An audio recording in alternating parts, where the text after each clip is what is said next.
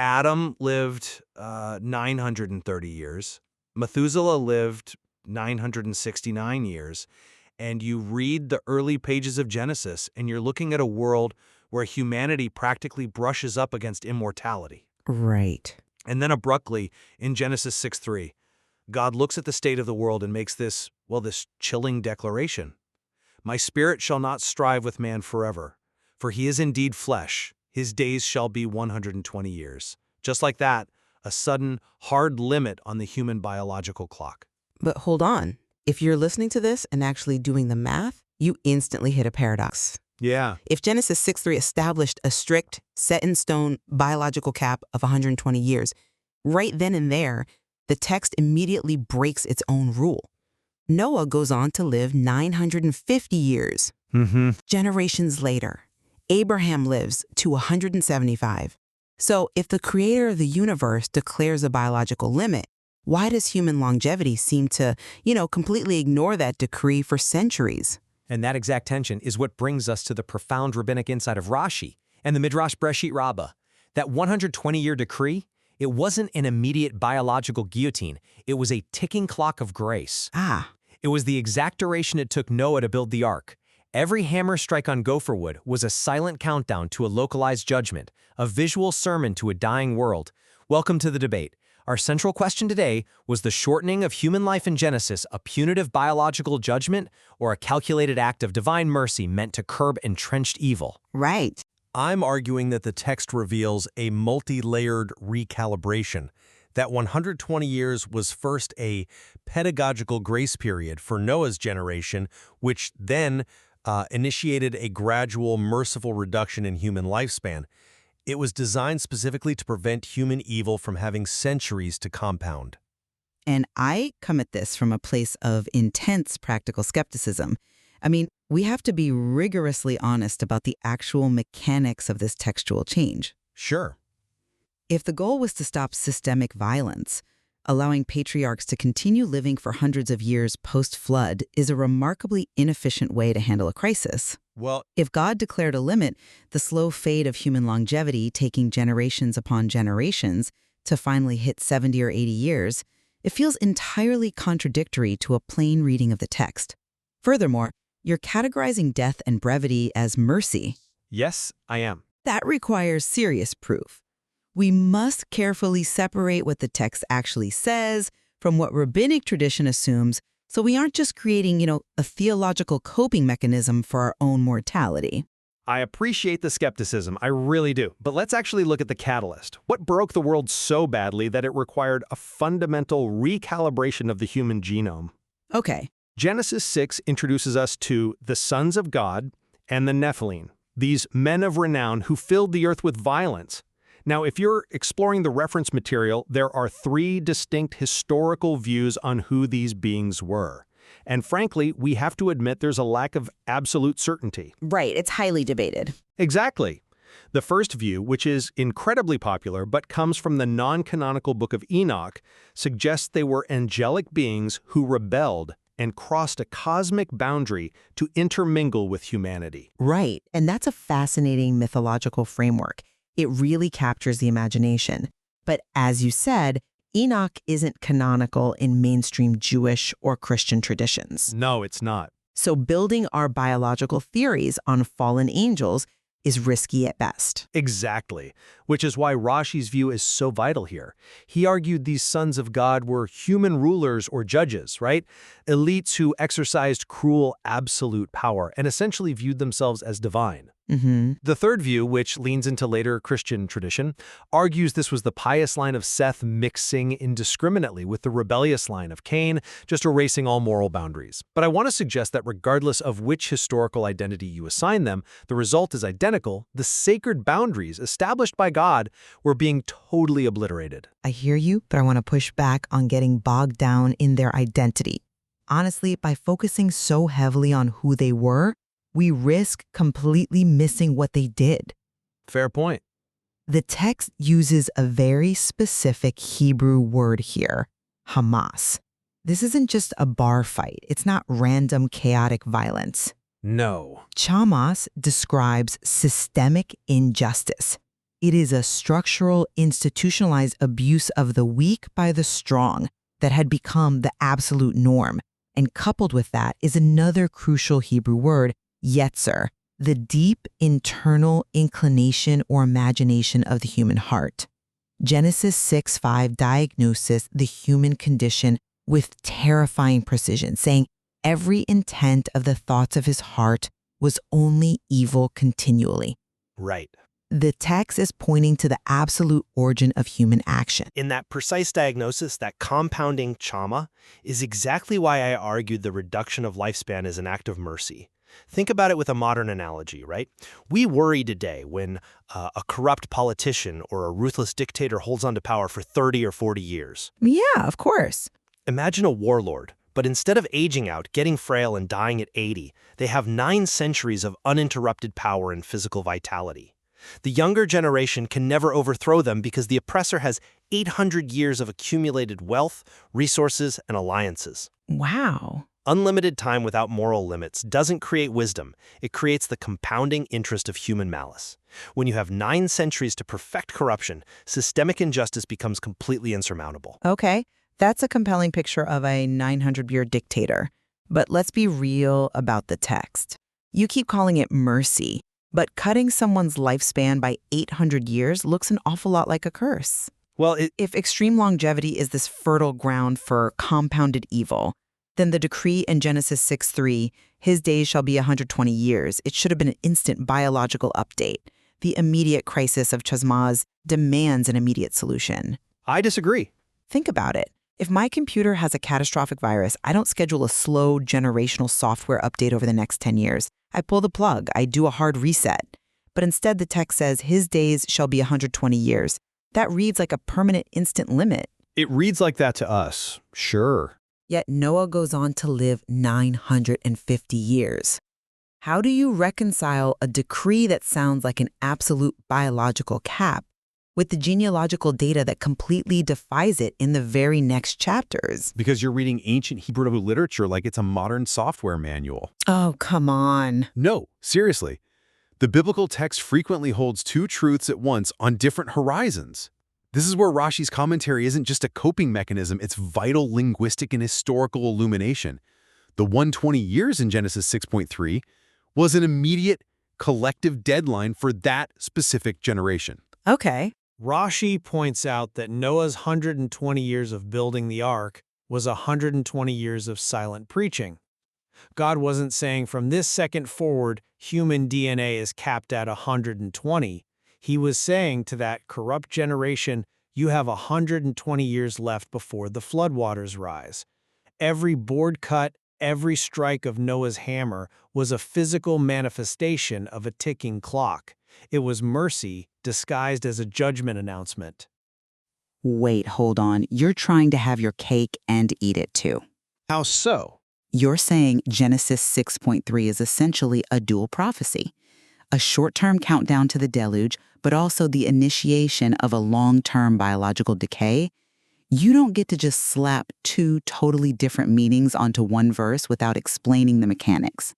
If it was just a countdown to the flood, why does human life actually start shrinking afterward? Because the flood was the dividing line of human history, the decree served as the immediate countdown for the antediluvian world, yes, but it also inaugurated a permanent recalibration for the species moving forward. The environment changed, the mandate changed, and humanity's biological clock was patiently wound down. Patiently wound down is an understatement. I have to challenge this whole framework of efficiency. Go ahead. Let's look at the actual data of the post-flood genealogies. The decline is staggering in its slowness. Shem lives to 600. His son Arphaxad lives to 438. Salah lives to 433. It takes generations just to get to Peleg, whose very name means division, living during a time when the earth was divided. And even his lifespan only drops to 239. It takes centuries to finally reach Abraham at 175, Jacob at 147, and Joseph at 110. Right. If this is a divine recalibration to stop the chamas you mentioned earlier, why use a slow fade that takes centuries?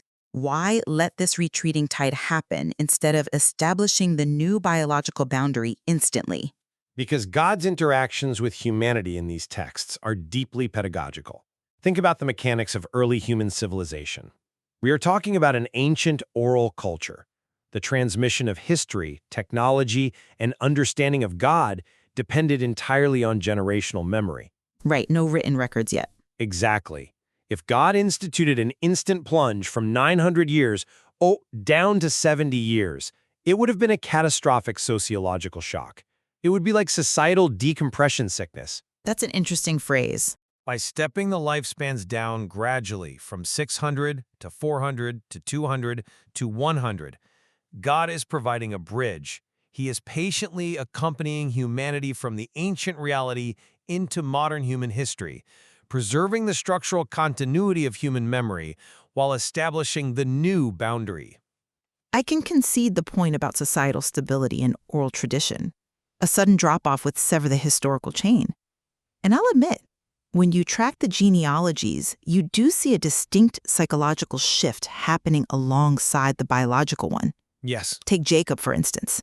He stands before Pharaoh in Genesis 47 at 147 years old. And what does he say?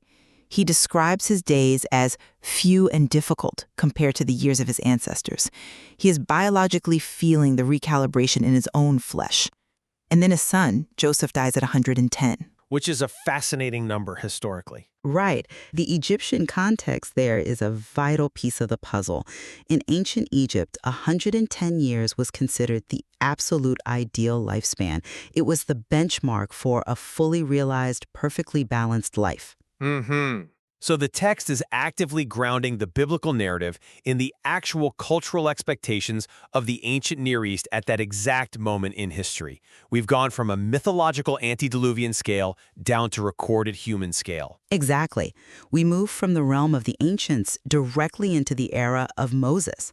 And it is Moses who finally gives us the theological baseline that you and I and everyone listening still live with today. I'm talking about Psalm 90. Yes, Psalm 90. It's the only psalm attributed to Moses, and it completely shifts the philosophical ground of the debate. Think about the author. Moses is a man who watched the greatest empire of his day, Egypt, suffer plagues and collapse. He led a stubborn people through a desert and watched an entire generation die in the wilderness over 40 years. Yeah. He buried his own sister, Miriam. He buried his brother, Aaron. Moses intimately, painfully understands human fragility. And in Psalm 90, he declares that the days of our lives are 70 years, or perhaps 80 if we have the strength. He finally names the new biological baseline. And what strikes me most about Psalm 90 is that Moses doesn't write it with bitterness. That's the nuance we really have to capture if we're trying to understand the text's view of mortality. Right. Moses isn't sitting in the desert lamenting the loss of the 900-year lifespans of his ancestors. He recognizes a profound psychological reality. Brevity forces urgency. Let's go back to the procrastination idea.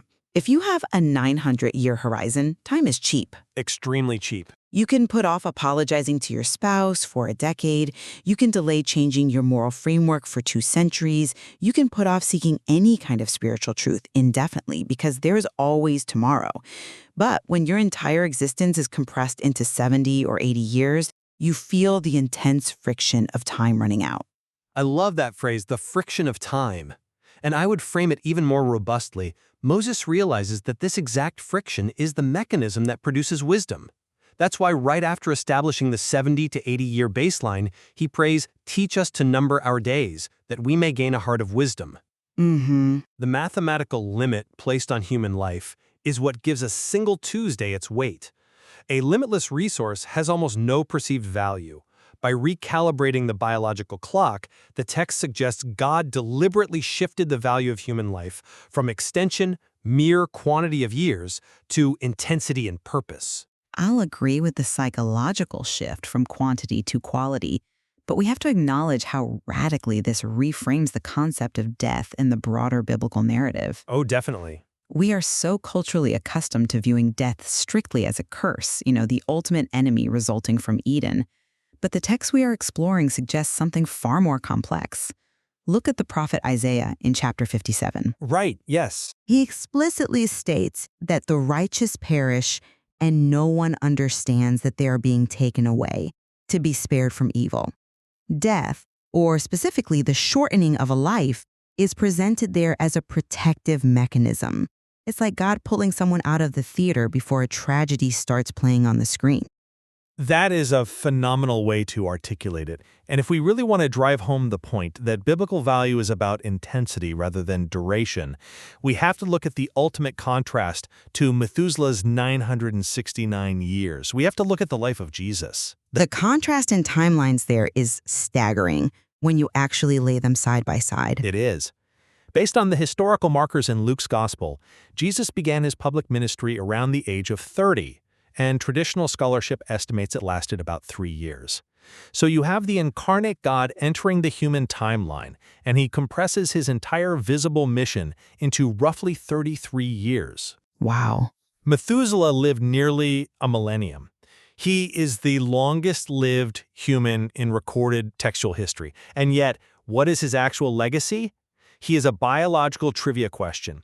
He is remembered exclusively for how long he managed to breathe. While Christ, in approximately 33 years, completely redefines human history, theology, ethics, and the very concept of salvation. Exactly.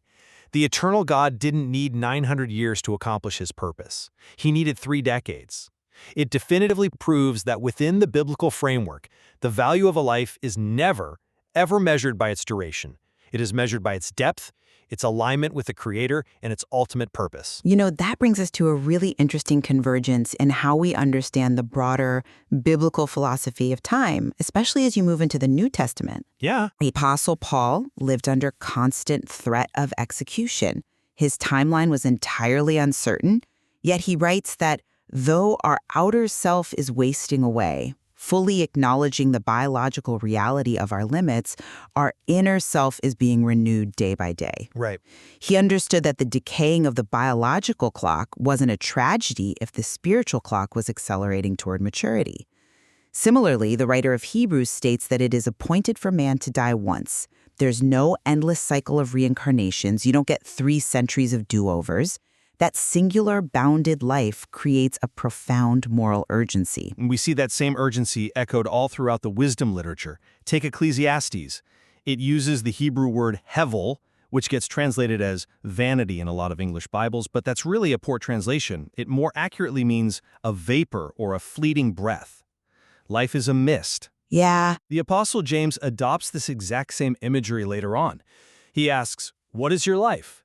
You are a mist that appears for a little while and then vanishes."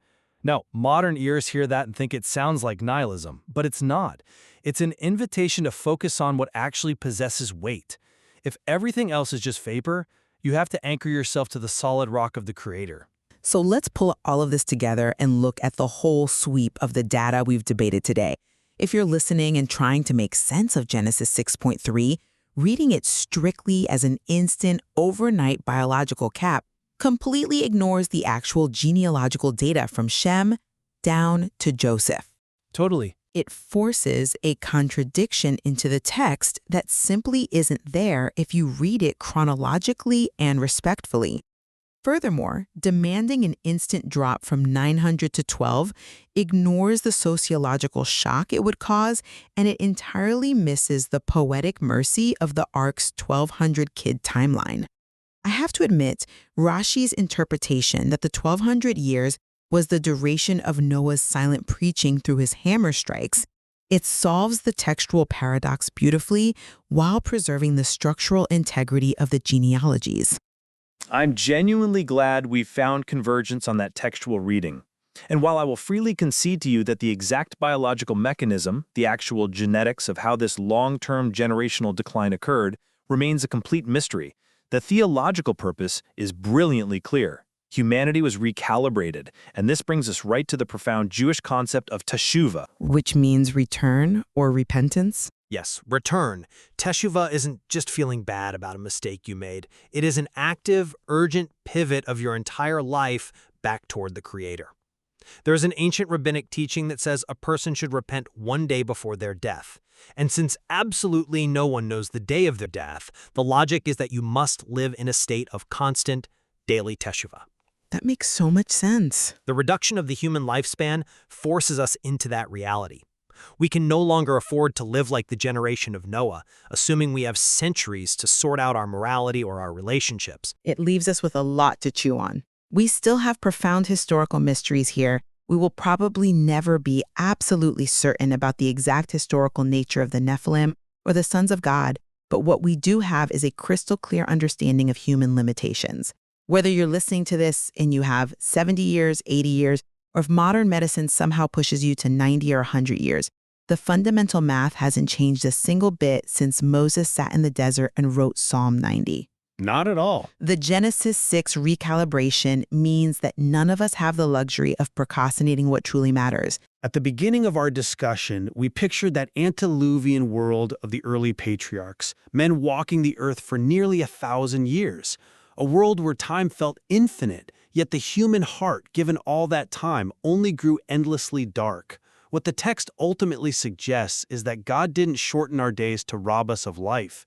He shortened our days so that the friction of time running out would finally force us to look up, to realize that the hammer is striking the wood, the clock is ticking, and the greatest wisdom we can ever acquire is learning how to number our days.